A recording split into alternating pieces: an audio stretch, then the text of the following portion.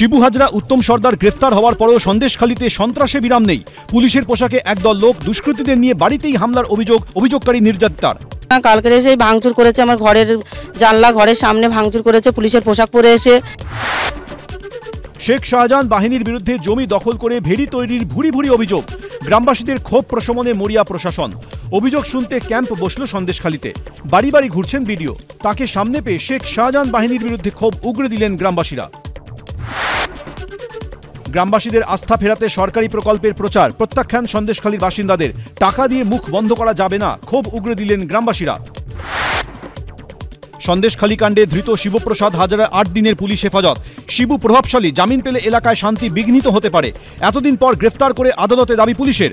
বসিরহাট থানা থেকে আদালতে নিয়ে যাওয়ার সময় শিবু হাজরাকে চোর চোর স্লোগান।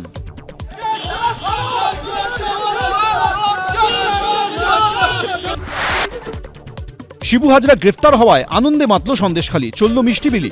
গ্রামবাসীদের অভিযোগ, শিবু উত্তম গ্রেফতার হলেও গ্রামে ঘুরে হুমকি দিচ্ছে তাদের অনুগামীরা। অভিযোগ হলেও এখনো গ্রেফতার হলো না শিবু উত্তমের অনুগামীরা, প্রশ্ন গ্রামবাসীদের। কারো ওপর অত্যাচার হলে আমাদের সরকার ব্যবস্থা নেয়। ইডিকে সাথে নিয়ে বিজেপি ঢুকে অশান্তি তৈরি করছে। পুলিশকে বলেছি স্বতঃপ্রণোদিত মামলা করতে। তৃণমূলের ব্লক সভাপতি গ্রেফতার হয়েছে। সন্দেশখালী কাণ্ড নিয়ে মন্তব্য মুখ্যমন্ত্রীর। বিজেপি নেই, সবই তৃণমূল, পাল্টা শ্রমিক ভট্টাচার্য। তৃণমূল বার্তা দিয়েছে বলেই গ্রেফতার হয়েছে শিবু হাজরা, আক্রমণ সুজন চক্রবর্তীর। ৩রা মার্চ সন্দেশখালীতে সভা তৃণমূলের। গ্রামবাসীদের মন বুঝতে সন্দেশখালীতে তৃণমূলের ৩ মন্ত্রী। নেজাটের সেহেরা রাধানগরে গ্রামবাসীদের সঙ্গে কথা বললেন তারা। ১৪৪ ধারা দেখিয়ে বিরোধীদের বাধা দিলেও শাসক দল বারবার কিভাবে পাচ্ছে অনুমতি, প্রশ্ন বিরোধীদের।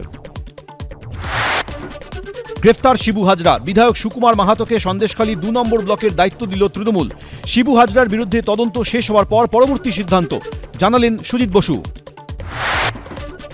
বিজেপির জাতীয় কর্মসমিতির বৈঠকে উঠল সন্দেশখালী প্রসঙ্গ। সন্দেশখালীতে হৃদয় বিদারক ঘটনা ঘটেছে। কংগ্রেস সহ ইন্ডিয়া জোটের শরিকরা সন্ত্রাসের রাজনীতি করে। বিজেপি কর্মীদের ওপর সন্ত্রাস চালাচ্ছে তৃণমূল। বিজেপির জাতীয় কর্মসমিতির বৈঠকে প্রস্তাব পেশ অমিত শাহের। ৭ই মার্চ বারাসাতে প্রধানমন্ত্রী নরেন্দ্র মোদীর সভা। সন্দেশখালীতে মহিলাদের ওপর অত্যাচারে প্রতিবাদ জানাতে আসবেন প্রধানমন্ত্রী, জানালেন বিজেপি রাজ্য সভাপতি সুকান্ত মজুমদার। কেষ্টর গড়ে গিয়ে ফের বীরভূমের তৃণমূল জেলা সভাপতির পাশেই দাঁড়ালেন মমতা বন্দ্যোপাধ্যায়। কেষ্টকে কতদিন ধরে জেলে ভরে রেখে দিয়েছে, কিন্তু মানুষের মন থেকে ওকে দূর করতে পারেনি, মন্তব্য তৃণমূল নেত্রীর।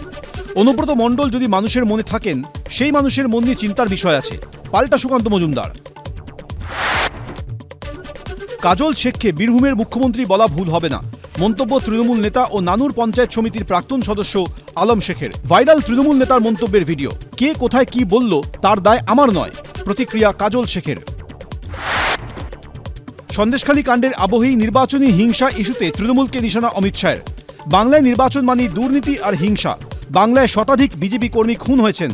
দিল্লিতে বিজেপির জাতীয় কনভেনশনে মন্তব্য কেন্দ্রীয় স্বরাষ্ট্রমন্ত্রীর। বিনা বিচারে এক একজনকে বছরের পর বছর জেলে আটকে রেখে দিয়েছে বিজেপি ও কেন্দ্রীয় এজেন্সিকে, পাল্টা নিশানা মমতা বন্দ্যোপাধ্যায়ের। লোকসভা ভোটে টার্গেট ৪০০ আসন। বিজেপি কর্মীদের জন্য ১০০ দিনের রোডম্যাপ নরেন্দ্র মোদীর। अगले 100 दिन नई ऊर्जा, नया उमंग, नया उत्साह, नया विश्वास, नए जोश के साथ काम करने का है। ২০ বছরের ক্রিকেটীয় জীবনে ইতি। অবসর নিলেন প্রাক্তন জাতীয় ক্রিকেটার মনোজ তিওয়ারি। ইডেনে রঞ্জির ম্যাচ শেষে সতীর্থদের কাঁধে চড়ে মাঠ ছাড়লেন বাংলার প্রাক্তন অধিনায়ক। মনোজের জীবনের শেষ ম্যাচে বিহারকে ১ ইনিংস ও ২০৪ রানে হারিয়ে জয়ী বাংলা।